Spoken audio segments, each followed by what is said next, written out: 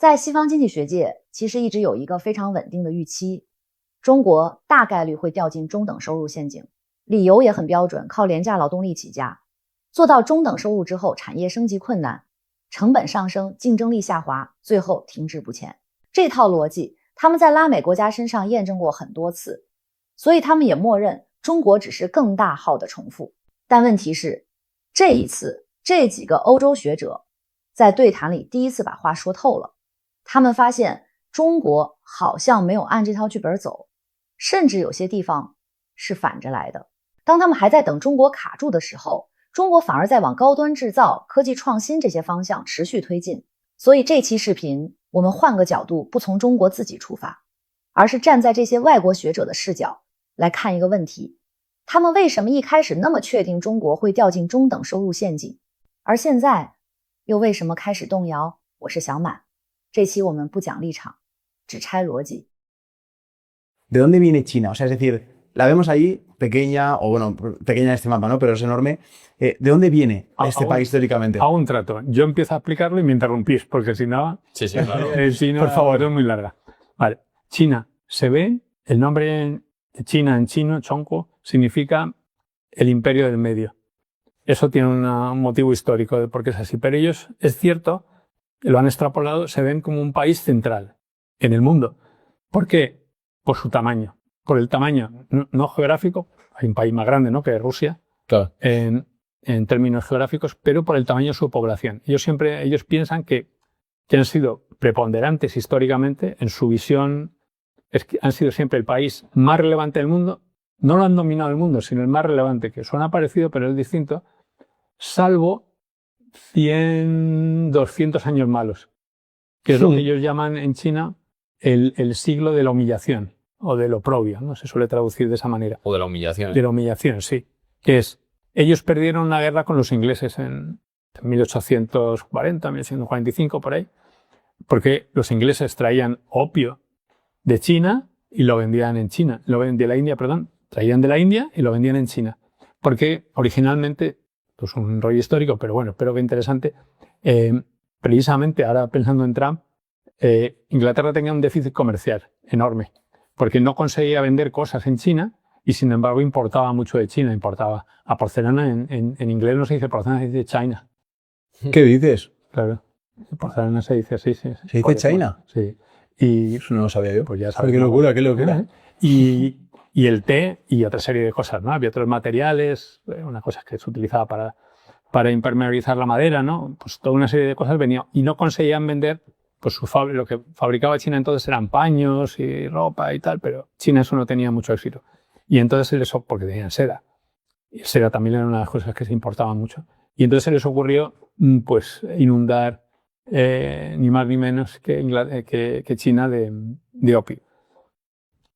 Eso, en algún punto, es muy complicado entrar en los detalles, pero en algún punto, pues el imperio chino dijo, pues ya está bien, ¿no? Esto, oye, no me está ayudando precisamente para las cosas, ¿no? Y había mucha gente porque estaba ya enganchada al opio. Y se montó una guerra que Inglaterra ganó. Eso está en la cabeza de los chinos, que por tener una tecnología más potente, barcos de guerra más o menos acorazados con cañones, pues un país, bajo la perspectiva china, pequeño y miserable, puede ganarte a un país mucho más grande. Eso está en el origen, en el motivo de por qué China apostando por la tecnología, porque piensa que las posiciones de poder y el imponerle a otras reglas está muy conectado con la tecnología. Entonces, esa situación de, digamos, donde China perdía continuamente contra otras potencias, se prolongó 100 años. Hubo una segunda guerra del opio, los japoneses invadieron en el año por ahí, ¿no? Varias veces. Los rusos tienen una parte, esta parte de aquí, que era China, bajo la perspectiva china, ¿no? Lo vamos a discutir porque las cosas, pero esto aprovechó Rusia, pues un poco el caos, la parte de Manchuria, para quedarse. Entonces, era, digamos, perder y perder y perder. Hasta que los chinos entraron en una especie de situación muy complicada a partir de los años 1930, donde había el imperio que se había deshecho y entonces había muchos señores de la guerra. Pues el que era poderoso es un país muy grande y el que tenía un ejército pues, imponía sus reglas. Los japoneses que habían invadido y luego una guerra y comunistas. Y luego se mezcló con la Segunda Guerra Mundial y eso no terminó hasta 1949 con la victoria de Mao. Entonces, para ellos, a pesar de que ahora hay una ley en China que dice no puedes criticar el pasado, porque criticar el pasado no ayuda a construir el futuro, no ayuda a construir el país. Es un otro país, es una ley. Sí, pero ellos, digamos, reconocen que Mao se equivocó en muchas cosas, ¿no? Por ejemplo, ganó la guerra en el 49 y lo consideran el padre de la China moderna, ¿no? Técnicamente la República Popular de China. Eso está fundado en 1949, ¿no? Por eso se cumplirán 100 años ahora en 2049. Entonces, piensan, es el primero que realmente nos hizo liberarnos del yugo extranjero y de este oprobio y empezar a construir la China moderna, que es realmente Deng Xiaoping el que la abrió económicamente y luego los dirigentes actuales pues han seguido en ese camino de progreso. Entonces ellos piensan que van a volver a ocupar la posición que les corresponde en el mundo. Lo que hace Xi Jinping es hacer como una línea, ¿no? Pero trazar una especie de continuo y vuelves a recuperar lo que te corresponde. El país más importante del mundo. Es curioso cómo lo están empezando a hacer, ¿no? Empezaron con esa imagen de ahí es donde se fabrica lo malo y demás, y ahora, si nos giramos, nos damos cuenta que se han apropiado toda la tecnología, toda la fabricación. Yo creo que más importante la fabricación porque todo lo que hay en esta mesa yo creo que se ha fabricado en China.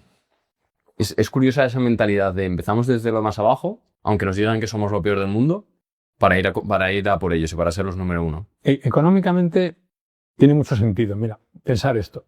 Yo tengo un país que es un desastre después de una guerra estamos hablando de una guerra, 20 años, país destruido, muerto. Y tienes que empezar, ¿no? Deng Xiaoping tienes que construir de verdad el país, ¿no? Entonces, tú lo miras económicamente y ¿qué es lo que tienes? Mucha mano de obra barata. Entonces, te posicionas ¿en qué? En fabricar cosas que requieran mucha mano de obra, porque la tuya no cuesta nada. Entonces, hay un camino que va con tu mano de obra barata desde no tener nada hasta lo que se llama en economía ingresos medios. Bueno, ya sabes que yo soy ingeniero y economista y soy un pesado con la mezcla de las está bien. Pero te lleva a una cosa que se llama ingresos medios, que, para que lo entendáis, España, el PIB per cápita pueden ser ahora mismo 30 y pico mil dólares, euros más o menos, por persona. Es donde estamos. Estados Unidos está en 70.000 y Alemania en 50 y pico mil, más o menos, para tener un mapa. Vale. China ahora mismo está per cápita, no en agregado, sino por persona, está en 12.000. ¿Vale? Ese es donde está. Eso se llaman ingresos medios. Entonces, ¿cómo ha sido de la nada, de cero, entre comillas, hasta 12.000? A base de fabricar barato. Pero, ¿cómo vas, lo que quiere China, cómo vas de 12.000 hasta 30.000? Que es donde estamos nosotros. Un país de renta alta. No a lo mejor en la parte más arriba, pero renta alta, ¿no? Multiplicar por 3 o por 4 la renta per cápita que tienes, que es un desafío bueno. Claro, ¿cómo lo van a hacer? ¿Cómo lo haces? Ya no te vale hacerlo porque tu mano de obra es barata, porque tu mano de obra ya no es barata. Entonces, eso se llama la trampa de los ingresos medios. El camino o lo que tú utilizaste para ir de muy poco hasta ahí no te vale para ir desde ahí hasta más arriba. Tienes que hacer otra cosa. ¿Qué otros países? No hay muchos que hayan sido capaces de salir de esa trampa. Por eso se llama trampa, porque es un sitio en el que entras y das vueltas, ¿no? Como los hámsters, y es muy complicado salir. ¿Por qué es muy complicado salir? Porque tienes que hacerlo con unas reglas diferentes a las que te llevan. Y tú estás acostumbrado, entre comillas, a fabricar barato y si quieres malo. Pero tienes que hacer otra cosa. ¿Qué países han salido de esa trampa? No ha habido muchos. Hay muchos que están ahí dando vueltas, pero dos ejemplos cercanos para China son Corea y Japón. ¿Cómo han salido? No fabricando barato, sino fabricando bueno. Claro. Y eso se llama innovación. Entonces, eso es uno de los motivos. Hay otros motivos estratégicos. Pero hay un motivo muy profundo económico que es la innovación es una de las pocas recetas que hay para salir de la trampa de los ingresos medios y convertirte en lo que quiere China, que es una de las cosas que está en su plan para 2049, un país de ingresos altos, en la parte baja, digamos, de la parte alta, pero alto, ¿no? Entonces, en los próximos años podemos dejar de ver esa China fabricante y empezamos a ver marcas innovadoras o marcas líderes mundiales que son de China, ¿no? Esa es la idea. Ya ha pasado. Bueno, los coches sí, claro. Ya está pasando y si vas a China ahora, verás que muchas de las marcas occidentales de lujo empiezan a ser sustituidas por marcas. Ahora hay unas zapatillas famosas, por ejemplo, que vamos a ver por todos lados, me apuesto con vosotros, ¿no? ¿Así cuáles En son? lugar de las estadounidenses, pues ahora lo veréis como vienen aquí y van comprando un poco y van posicionándose. Lógicamente, ¿cómo sale de ahí? Tienes que posicionarte en segmentos de mucho valor añadido, que significa, oye, fabricarlo es más o menos baratillo, pero cobras una de estas porque tiene imagen de marca, son las zapatillas que utiliza el jugador de baloncesto o que sea, ¿no?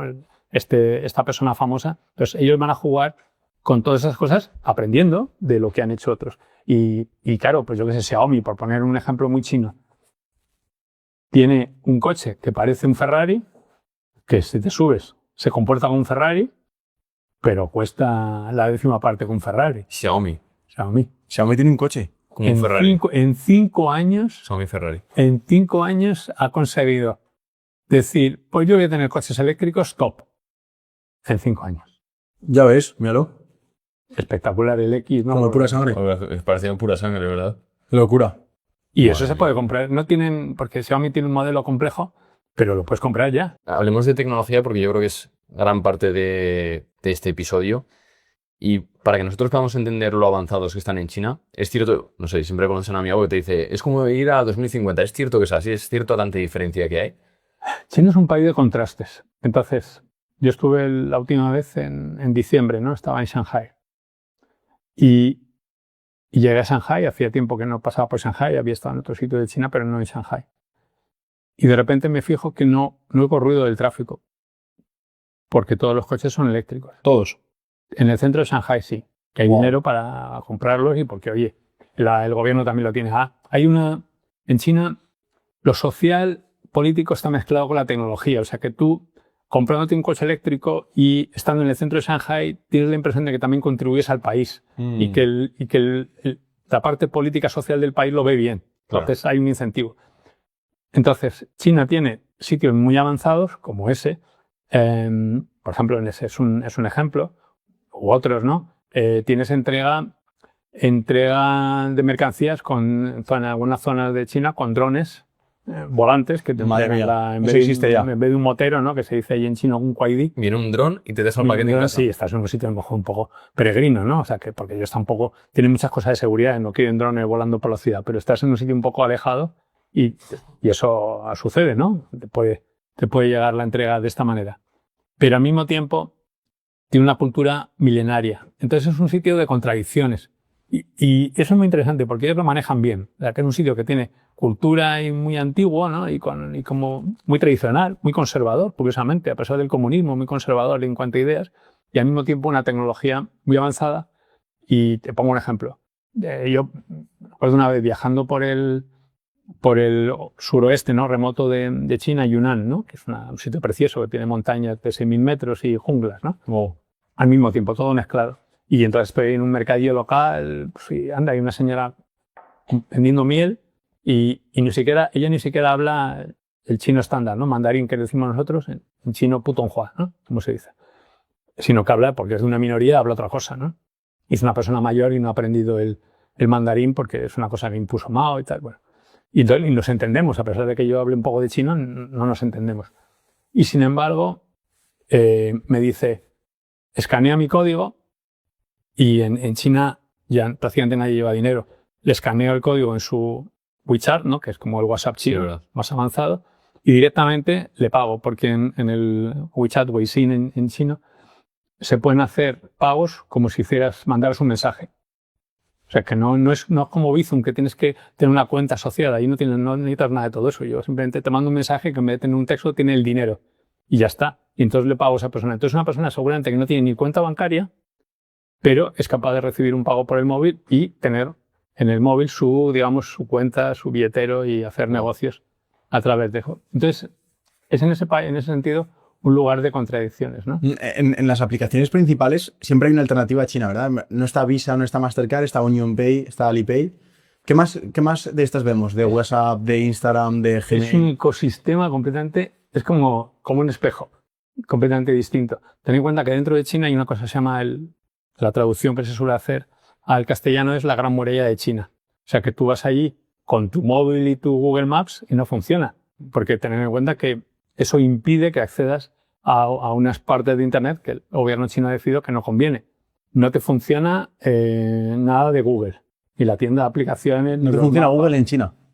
Tienes un WhatsApp chino, que es Weixin WeChat, que funciona mejor. Tienes una mezcla de Facebook con Instagram, que también en parte lo puede hacer el propio WeChat, pero es otra cosa que se llama Weibo. Y tienes, lo que sé, Bora, pues tienes allí una cosa que lo hace igual. Tienes los mapas, los hace Baidu. Baidu es como el Google, ¿no? De allí. Sí, más o menos, aunque no son exactamente, no tienen la misma. Y luego, eso fue el punto de partida. Y a partir de ahí, ellos inventaron, por ejemplo, un concepto que se llama las super apps. La idea es que tú no tienes una aplicación móvil, sino que esa aplicación te cubre completamente. Por ejemplo, Alipay, que es la de Alibaba, yo hacía todo. Con Alipay puedo pagar mis utilities ¿no? El gas, la electricidad de casa. Puedo un seguro médico. Puedo reservar un taxi, una bici compartida. Puedo hacer pagos en cualquier comercio. Todo eso sin abandonar la aplicación. Lo mismo puedo hacer en WeChat, en este WhatsApp chino. Y ellos son los inventores de eso. Y se pueden correr mini programas. De tal manera que tú dentro de la aplicación, por ejemplo, WeChat, yo puedo hacer marketing o crear grupos o que tú entres en un grupo y que entonces puedas acceder a servicios o hacer compras. Cosa que WhatsApp, por ejemplo, ha intentado copiar varias veces. O directamente, según entras en WeChat, que pides un monedero y como una especie de cuenta monetaria asociada automáticamente. Cosa que WhatsApp mataría por eso, porque aunque te quedes con todas las transacciones que hay, aunque te quedes con un 0,01% del dinero que se mueve en una cosa como WhatsApp, pues te forrarías, ¿no? ¿Y la red social por referencia de allí cuál es? Con la que socializan y hacen amigos. Esto tiene sus ángulos, ¿no? La red social que está más en boga en China es Douyin, que es el TikTok chino.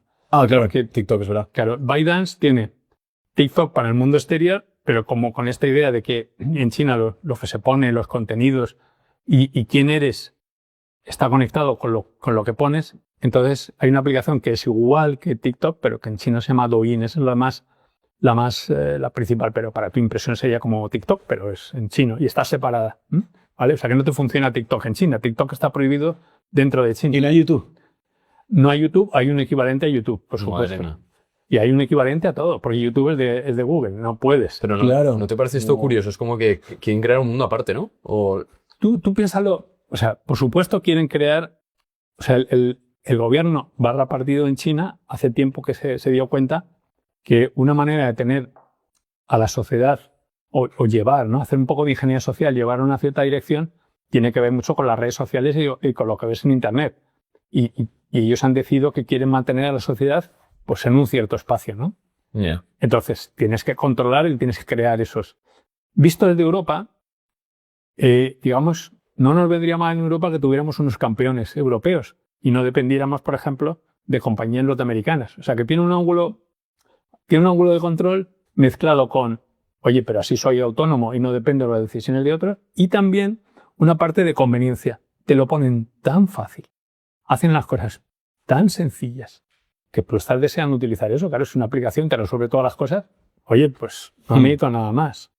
Y luego es un mundo curioso porque, por ejemplo, en las redes sociales que preguntabas tú, también están a veces estratificadas. O sea, que si tú eres de una ciudad principal, ¿no? Ellos llaman en inglés Tier 1, ¿no? De nivel principal, como pueden ser pues, Pekín, Shanghai, Cantón, tienes un tipo de aplicaciones, pero si eres de una ciudad un poco de segundo nivel o tercer nivel, pues tienes inclinación para otros. Por ejemplo, hay una especie de TikTok para gente un poco más del interior, entre comillas, de otras ciudades que se llama Kuaishou, que es de otra compañía, ¿no? Y tienes todo eso replicado. Es un ecosistema, además, muy agresivo, donde se compiten a lo bestia entre estas plataformas.